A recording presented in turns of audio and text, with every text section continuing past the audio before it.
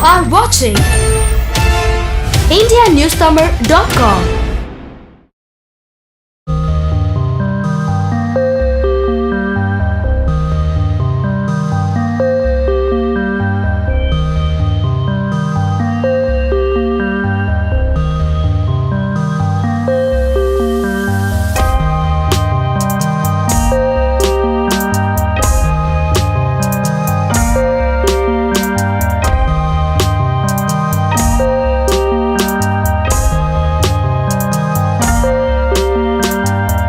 Great Lakes Institute of Management.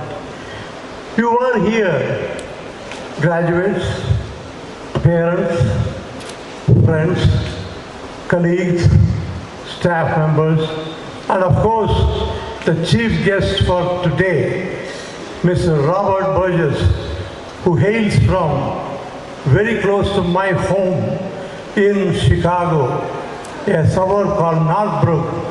He comes from another suburb called Waukegan. And it is so great and a unique pleasure and an honor to welcome our chief guest, Mr. Robert Burgess of US, the current US Consul General in Chennai, Mumbai, with his engineering, with some remarkable rank. In fact, that word is going to find you. What water can do, gasoline cannot. What copper can, gold cannot. The fragility of the ant enables it to move, while the rigidity of the tree enables it to stay rooted. Everything and everybody has been designed with a proportion of uniqueness to serve a purpose in life that we fulfill only by seeing our unique self. You, as you alone, can serve your purpose. You are here to be you, to be just you. In the making, right? His business was an instant success, 30 years in the making. He had all the ingredients that he needed because he'd been selling all over the country. He had been selling 2 food services businesses all over the country.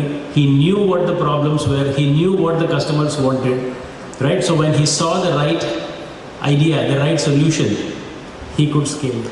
The degrees you will receive reflect your dedication and hard work. You've earned them, and be proud of this achievement. But I also want to recognize the educators who've provided this opportunity for all of you to learn. The work of an educator is a tremendous responsibility, seeking to provide knowledge, stimulate critical thinking, and nurturing the best in each and every student. And as such, I would like to salute Dr. Balachandran, who had the vision to found this institution, Professor Jayaraman, for his work in building connections between the United States and India,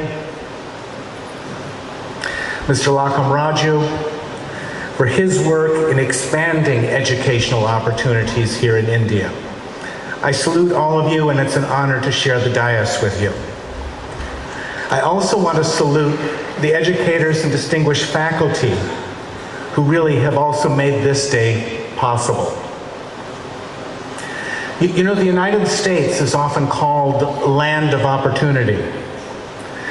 But I think many of you would agree with me that opportunity and the entrepreneurial spirit are alive and well in abundance here in India today. And in this atmosphere of opportunity, the United States and India have only deepened their business relationship as trade and investment have grown from India to the United States and from the United States to India. These ties in research and development, in professional education, and through manufacturing supply chains makes us ever closer partners.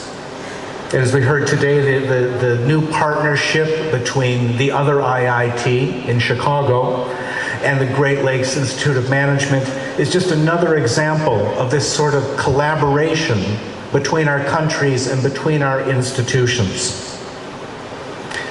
Since I arrived in Chennai last August, I've had the great privilege to meet hundreds of Indian businessmen and businesswomen. And I've been struck by this spirit of entrepreneurship that people share and celebrate. Not every country, not every economic system celebrates entrepreneurship and business success. And while not everyone is going to be an entrepreneur, at least not in the sense of owning one's own business, there is a connection between innovation and technological advancement and the spirit of entrepreneurship. So what is this spirit of entrepreneurship? An entrepreneur, as we know, is a person who develops, organizes, and manages a venture. But importantly, also assumes the risks of that venture.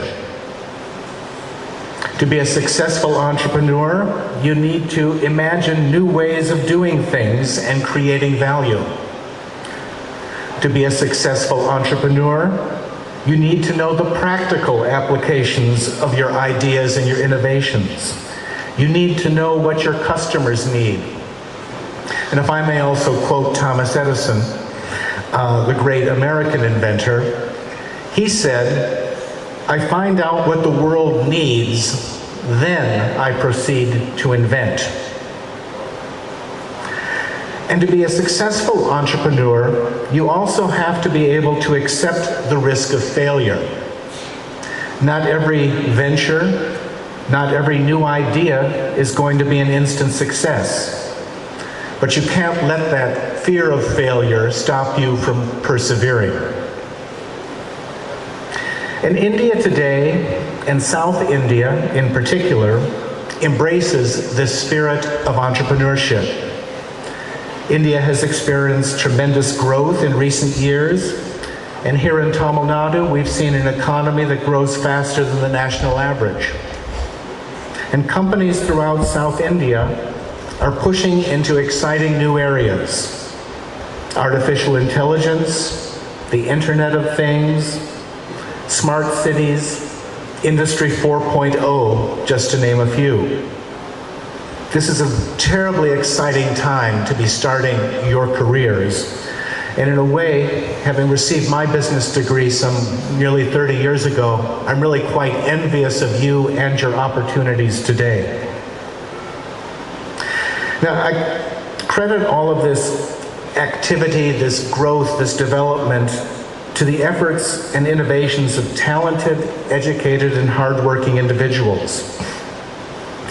Last November, when the United States and India co-sponsored and co-hosted the Global Entrepreneurship Summit, we at the consulate sponsored a parallel program here in Chennai. And it gave the opportunity to hear from some very inspiring South Indian entrepreneurs. And these entrepreneurs told their stories, ranging from a woman who parlayed a short course in beekeeping and a 5,000 rupee investment into a natural bee farm that now sells honey in 23 districts, to a woman who established an e-commerce business platform operating in northern Karnataka with now 12 different portals.